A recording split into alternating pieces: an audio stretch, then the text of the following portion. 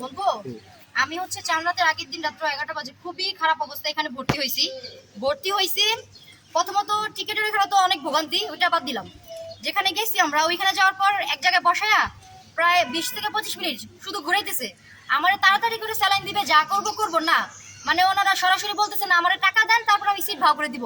এই সিটের থেকে ওই সিটে বসায়, ওই সিটের থেকে ওই সিটে বসায়, ওইখানে যান। এরপরে আমার ভাইরা একটু চিপা নিয়ে বলে 200 টাকা দেন, সিট ভাগ করে দিই। আমি ওই সময় মরার অবস্থা, আমার ভাই কিছু না ভাই 200 টাকা দিয়ে দিছে।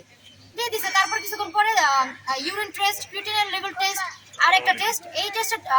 এই টেস্টগুলোর জন্য একজন লোক এসে বলতেছে 2800 টাকা দেন, হ্যাঁ টেস্টগুলো করে দিব। তো আমার আম্মু পাও ভাঙা, আমার আম্মু মানে দৌড়াদৌড়ি করতে পারবো না, 2800 টাকা দিয়ে দিছে। উনি বর্ষাকালে নিয়ে আসছে। তারপর আমরা শুনি যে এই টেস্টের দাম নাকি মাত্র 400 টাকা।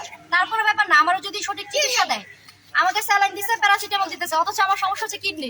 আমরা বলতেছি আমার কিডনি কি সমস্যা, ডাক্তার আসছে একদিন, আমি বলতেছি আমার কিডনি কি সমস্যা, বলতেছে আপনার হচ্ছে হর্ষ কিডনি। আমি তো জানি আমার হর্ষ কিডনি, এটা তো আমি ChatGPT থেকে চাইনা আসছি যে আমার হর্ষ কিডনি। 5 দিন আমি এখানে, 5 দিন আমাকে একটা ডাক্তার একই কথা বলতেছে আপনার হর্ষ কিডনি। আর ঈদের দিন সকালে আসছে, তারপরে যে আজকে সকালে আসছে, এই মাঝখানে আর আসে নাই।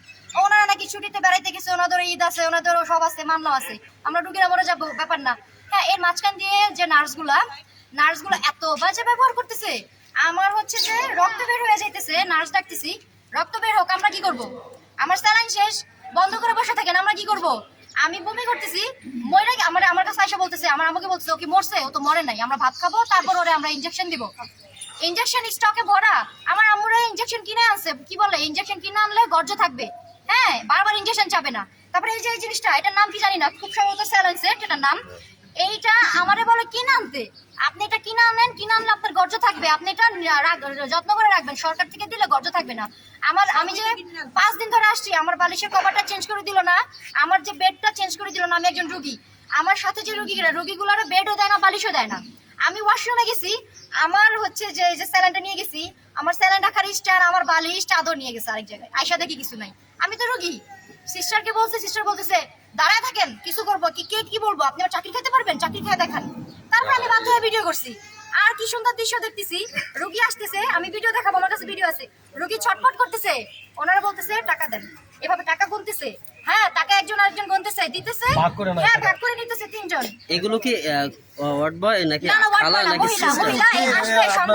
মহিলা ঠিক আছে, এগুলো কি সিস্টার নাকি ঝাড়ুদার বুয়া? না, ওনারা কি আমি নিজেই জানি না, ওনাদের পরিচয় জিজ্ঞাসা করলে বলে আমরা সরকারি কারণে চাকরিজীবী।